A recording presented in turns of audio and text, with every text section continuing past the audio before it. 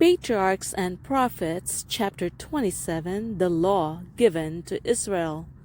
This chapter is based on Exodus 19 to 24. Soon after the encampment at Sinai, Moses was called up into the mountain to meet with God. Alone he climbed the steep and rugged path and drew near to the cloud that marked the place of Jehovah's presence. Israel was now to be taken into a close and a peculiar relation to the Most High, to be incorporated as a church and a nation under the government of God. The message to Moses for the people was, "Ye have seen what I did unto the Egyptians, and how I bare you on eagle's wings, and brought you unto myself. Now therefore, if ye will obey my voice indeed, and keep my covenant, then ye shall be a peculiar treasure unto me above all people. For all the earth is mine, and ye shall be unto me a kingdom of priests and an holy nation." Moses returned to the camp, and having summoned the elders of Israel, he repeated to them the divine message. Their answer was, "All that the Lord hath spoken we will do." Thus they entered into a solemn covenant with God, pledging themselves to accept him as their ruler, by which they became, in a special sense, the subjects of his authority. Again their leader ascended the mountain, and the Lord said unto him, "Lo, I come unto thee in a thick cloud, that the people may hear when I speak with thee, and believe thee forever." When they met with difficulties in the way, they were disposed to murmur against Moses and Aaron, and accused them of leading the hosts of Israel from Egypt to destroy them. The Lord would honor Moses before them, and they might be led to confide in his instructions. God purposed to make the occasion of speaking his law a scene of awful grandeur, in keeping with its exalted character. The people were to be impressed that everything connected with the service of God must be regarded with the greatest reverence. The Lord said to Moses, "Go unto the people, and sanctify them today and tomorrow, and let them wash their clothes, and be ready against the third day. For the third day of the Lord will come down in the sight of all the people upon Mount Sinai." During these intervening days, all were to occupy the time in solemn preparation to appear before God.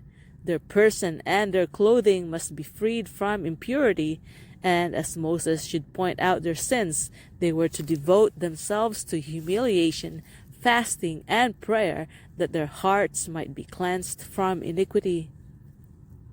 The preparations were made according to the demand, and in obedience to a further injunction, Moses directed that a barrier be placed about the mount, that neither man nor beast might intrude upon the sacred precinct.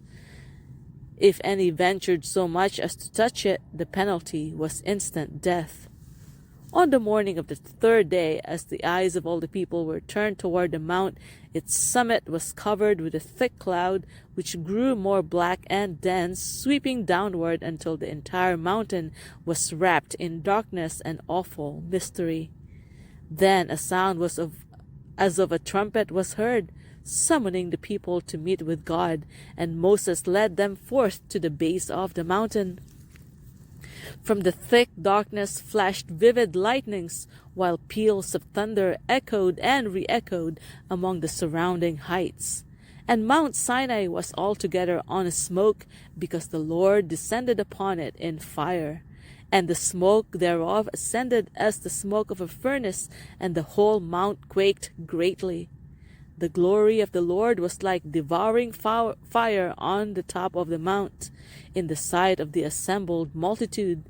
And the voice of the trumpet sounded long, and waxed louder and louder.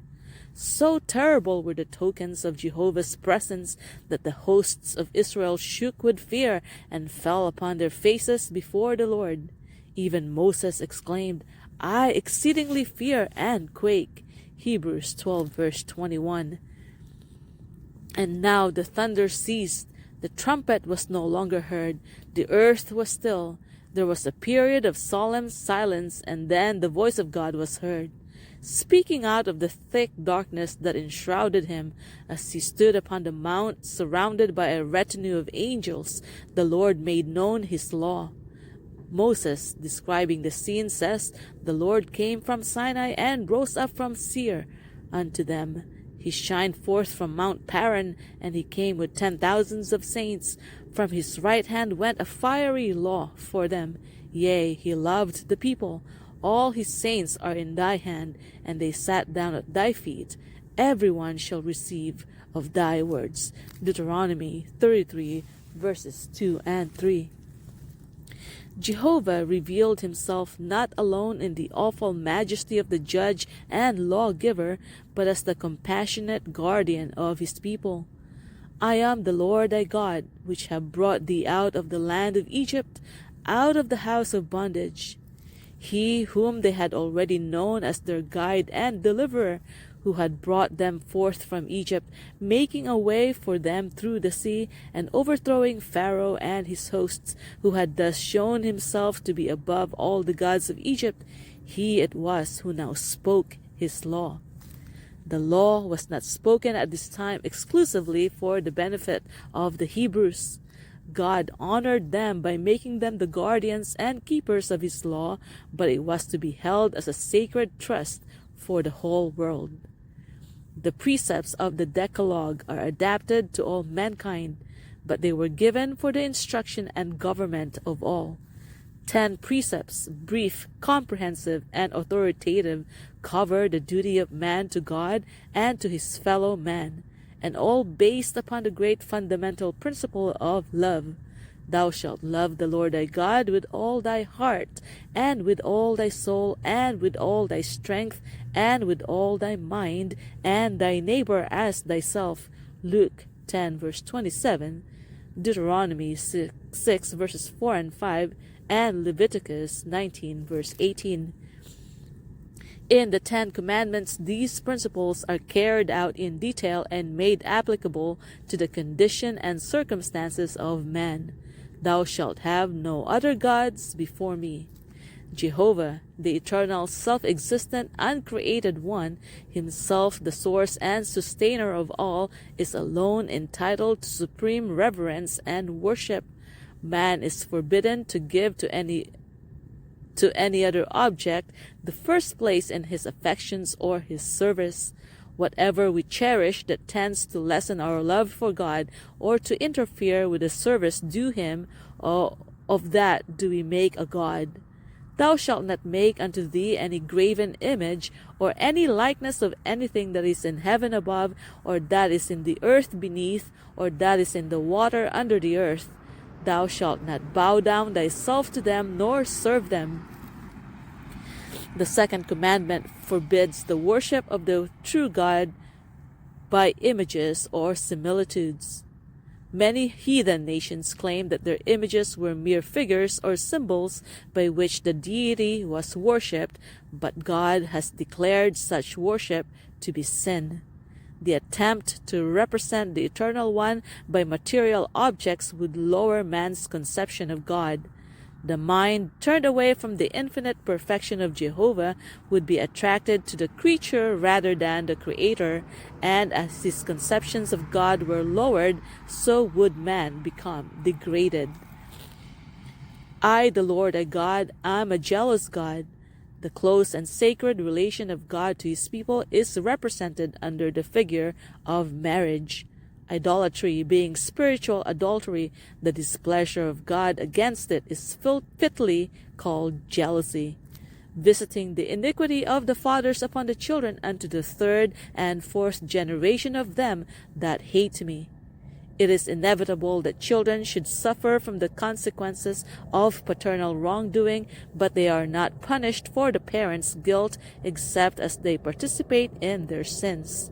It is usually the case, however, that children walk in the steps of their parents. By inheritance and example, the sons become partakers of the father's sin. Wrong tendencies, perverted appetites, and debased morals, as well as physical disease and degeneracy, are transmitted as a legacy from father to son to the 3rd and 4th generation. This fearful truth should have a solemn power to restrain men from following a course of sin, showing mercy unto thousands of them that love me and keep my commandments. In prohibiting the worship of false gods, the second commandment by implication enjoins the worship of the true God, and to those who are faithful in his service, mercy is promised not merely to the third and fourth generation, as is the wrath threatened against those who hate him, but to thousands of generations. Thou shalt not take the name of the Lord thy God in vain, for the Lord will not hold him guiltless that taketh his name in vain. This commandment not only prohibits false oaths and common swearing, but it forbids us to use the name of God in a light or careless manner, without regard to its awful significance. By the thoughtless mention of God in common conversation, by appeals to him in trivial matters, and by the frequent and thoughtless repetition of his name, we dishonor him. Holy and reverent is his name. Psalm 111 verse 9. All should meditate upon his majesty, his purity and holiness, that the heart may be impressed with a sense of his exalted character, and his holy name should be uttered with reverence and solemnity. Remember the Sabbath day to keep it holy. 6 days shalt thou labor and do all thy work, but the seventh day is the Sabbath of the Lord thy God. In it thou shalt not do any work, thou, nor thy son, nor thy daughter, thy manservant, nor thy maidservant, nor thy cattle, nor thy stranger that is within thy gates. For in 6 days the Lord made heaven and earth, the sea, and all that in them is, and rested the seventh day. Wherefore the Lord blessed the Sabbath day, and hallowed it. The Sabbath is not introduced as a new institution, but as having been founded at creation.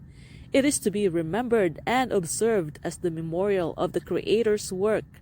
Pointing to God as the maker of the heavens and the earth, it distinguishes the true God from all false gods.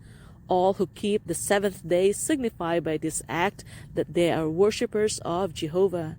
Thus, the Sabbath is the sign of man's allegiance to God as long as there are any upon the earth to serve him. The fourth commandment is the only one of all the 10 in which are found both the name and the title of the lawgiver. It is the only one that shows by whose authority the law is given. Thus, it contains the seal of God, affixed to his law as evidence of its authenticity and binding force. God has given men 6 days wherein to labor, and he requires that their own work be done in the 6 working days. Acts of necessity and mercy are permitted on the Sabbath. The sick and suffering are at all times to be cared for, but unnecessary labor is to be strictly avoided.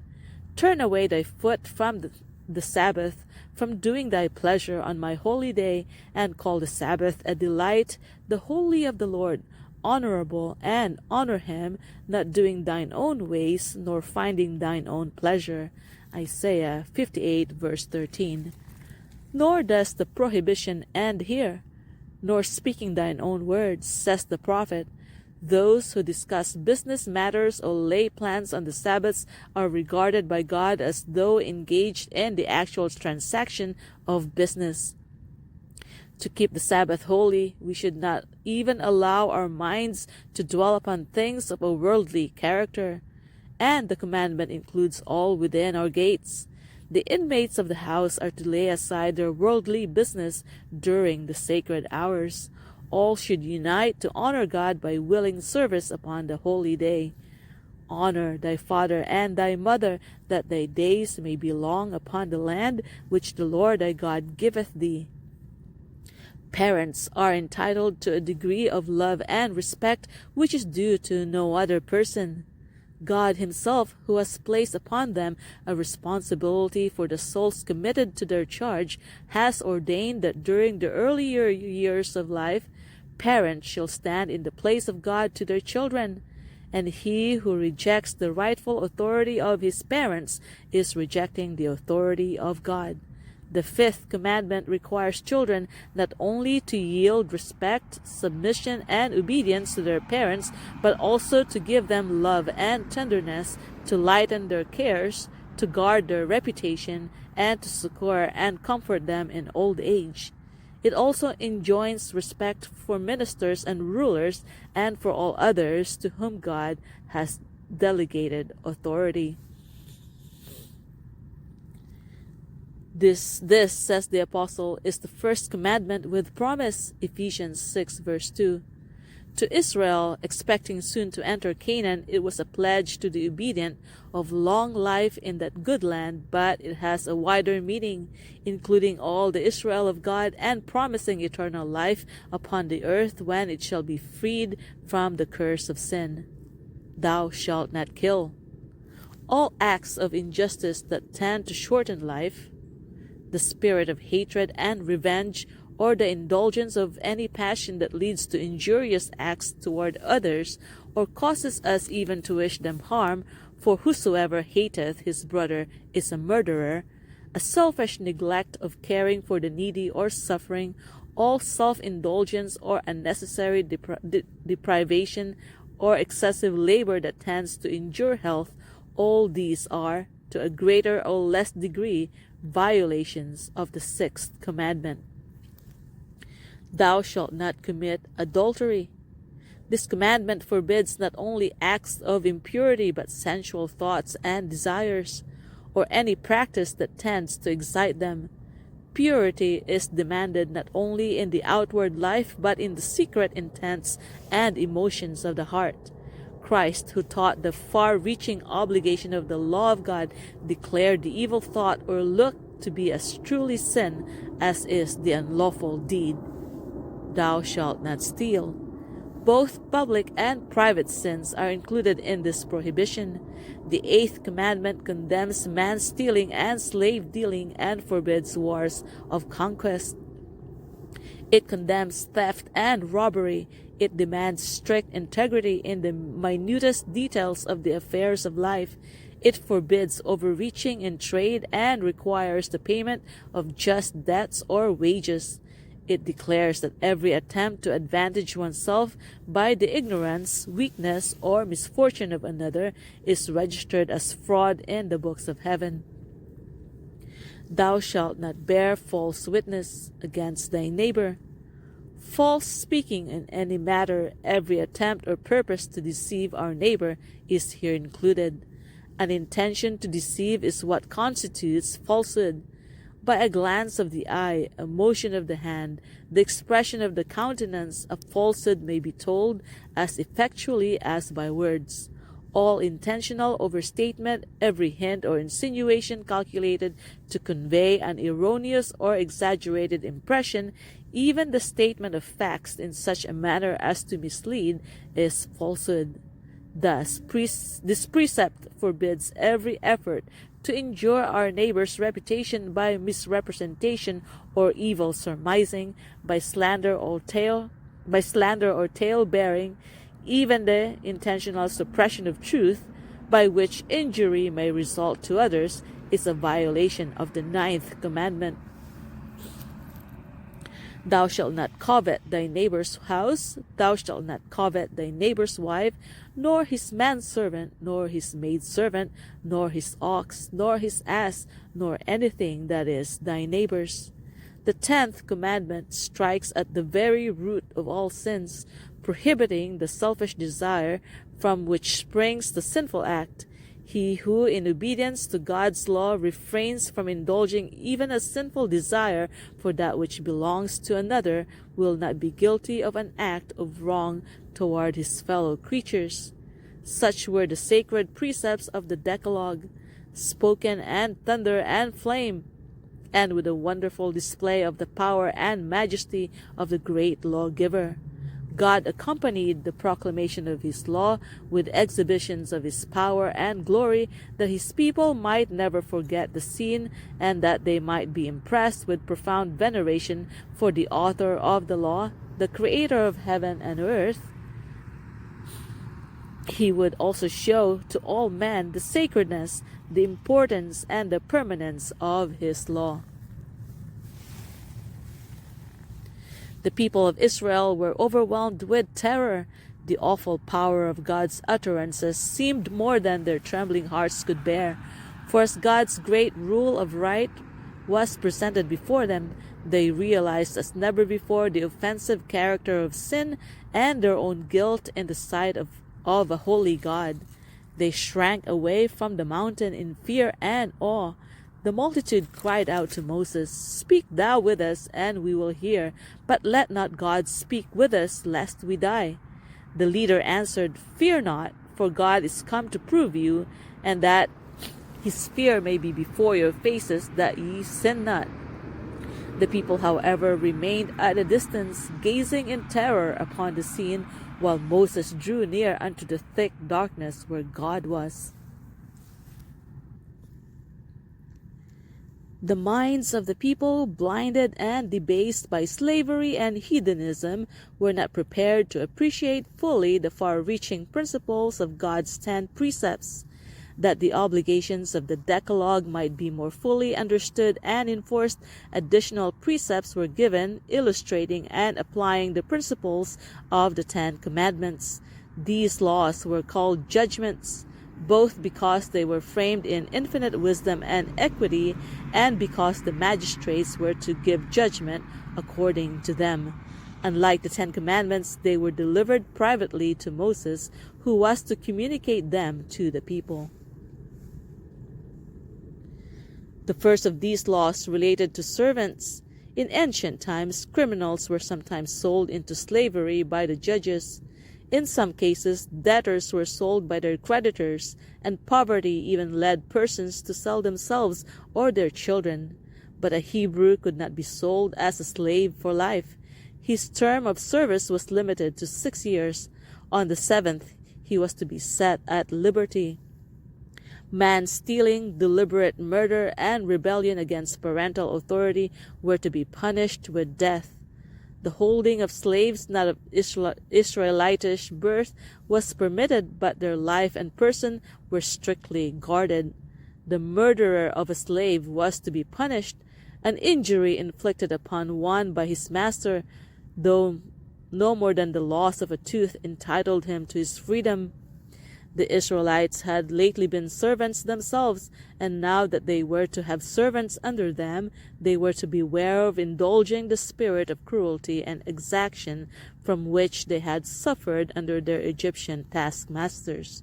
The memory of their own bitter servitude should enable them to put themselves in the servant's place, leading them to be kind and compassionate, to deal with others as they would wish to be dealt with.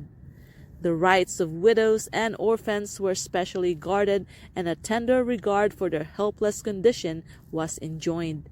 "If thou afflict them in any wise," the Lord declared, "and they cry at all unto me, I will surely hear their cry, and my wrath shall wax hot, and I will kill you with a sword, and your wives shall be widows, and your children fatherless."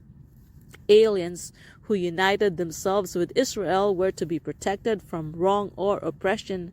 "Thou shalt not oppress a stranger, for ye know the heart of a stranger, seeing ye were strangers in the land of Egypt." The taking of usury from the poor was forbidden. A poor man's raiment or blanket taken as a pledge must be restored to him at nightfall. He who was guilty of theft was required to restore double.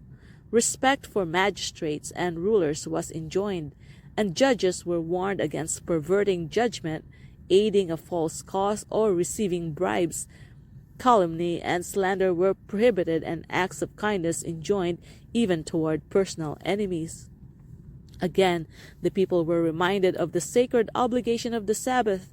Yearly feasts were appointed at which all the men of the nation were to assemble before the Lord, bringing to him their offerings of gratitude and the first fruits of his bounties. The object of all these regulations was stated. They proceeded from no exercise of mere arbitrary sovereignty. All were given for the good of Israel. The Lord said, "Ye shall be holy men unto me. worthy to be acknowledged by a holy God. These laws were to be recorded by Moses and carefully treasured as the foundation of the national law, and with the 10 precepts which were given to illustrate the condition of the fulfillment of God's promises to Israel. The message was now given them from Jehovah. Behold, I send an angel before thee to keep thee in the way and to bring thee into the place which I have prepared. Beware of him and obey his voice. Provoke him not, for he will not pardon your transgression, for my name is in him. But if thou shalt indeed obey his voice and do all that I speak, then I will be an enemy unto thine enemies, and an adversary unto thine adversaries. During all the wanderings of Israel, Christ in the pillar of cloud and of fire was their leader. While there were types pointing to a Savior to come, there was also a present Savior who gave commands to Moses for the people, and who was set forth before them as the only channel of blessing. Upon descending from the mountain, Moses came and told the people all the words of the Lord and all the judgments, and all the people answered with one voice and said, All the words which the Lord hath said will we do. This pledge, together with the words of the Lord, which it bound them to obey, was written by Moses in a book. Then followed the ratification of the covenant. An altar was built at the foot of the mountain, and beside it 12 pillars were set up, according to the 12 tribes of Israel, as a testimony to their acceptance of the covenant. Sacrifices were then presented by young men chosen for the service. Having sprinkled the altar with the blood of the offerings, Moses took the book of the covenant and read in the audience of the people. Thus the conditions of the covenant were solemnly repeated, and all were at liberty to choose whether or not they would comply with them. They had at the first promised to obey the voice of God, but they had since heard his law proclaimed, and its principles had been particularized, that they might know how much this covenant involved. Again, the people answered with one accord, All that the Lord hath said will we do, and be obedient.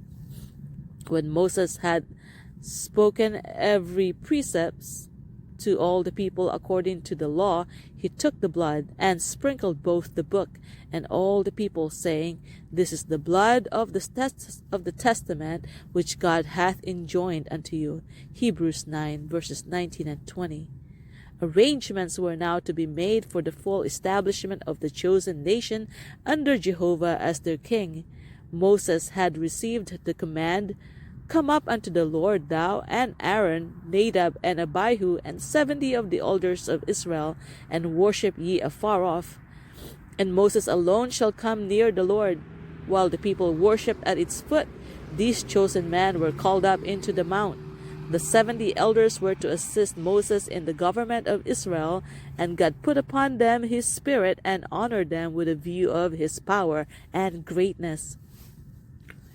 And they saw the God of Israel, and there was under his feet as it were a paved work of a sapphire stone, and as it were the body of heaven in his clearness.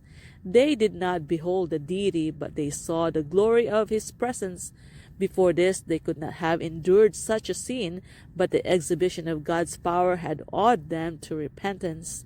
They had been contemplating his glory, purity, and mercy until they could approach nearer to him who was the subject of their meditations.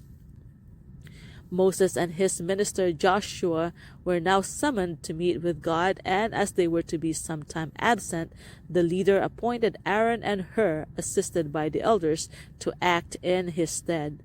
And Moses went up into the mount, and a cloud covered the mount, and the glory of the Lord abode upon Mount Sinai. For 6 days the cloud covered the mountain as a token of God's special presence. Yet there was no revelation of himself or communication of his will.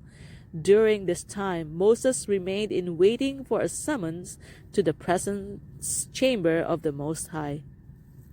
He had been directed, Come up to me into the mount and be there. And though his patience and obedience were tested, he did not grow weary of watching or forsake his post. This period of waiting was to him a time of preparation, of close self-examination, even this favored servant of God could not at once approach into his presence and endure the exhibitions of his glory. 6 days must be employed in devoting himself to God by searching of heart, meditation, and prayer before he could be prepared for direct communication with his Maker. Upon the 7th day, which was the Sabbath, Moses was called up into the cloud. The thick cloud opened in the sight of all Israel, and the glory of the Lord broke forth like devouring fire. And Moses went into the midst of the cloud, and got him up into the mount. And Moses was in the mount 40 days and 40 nights. The 40 days tarry in the mount did not include the 6 days of preparation. During the 6 days Joshua was with Moses, and together they ate of the manna and drank of the brook that descended out of the mount. But Joshua did not enter with Moses into the cloud.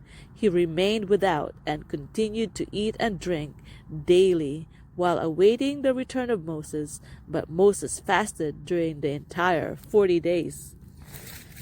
During his stay in the mount, Moses received directions for the building of a sanctuary in which the divine presence would be specially manifested. Let them make me a sanctuary that I may dwell among them. Exodus 25 verse 8 was the command of God. For the 3rd time the observance of the Sabbath was enjoined. It is a sign between me and the children of Israel forever, the Lord declared, that ye may know that I am Jehovah that doth sanctify you. Ye shall keep the Sabbath therefore, for it is holy unto you. Whosoever doeth any work therein, that soul shall be cut off from among his people. Exodus 31 verse 17 and verses 13 and 14.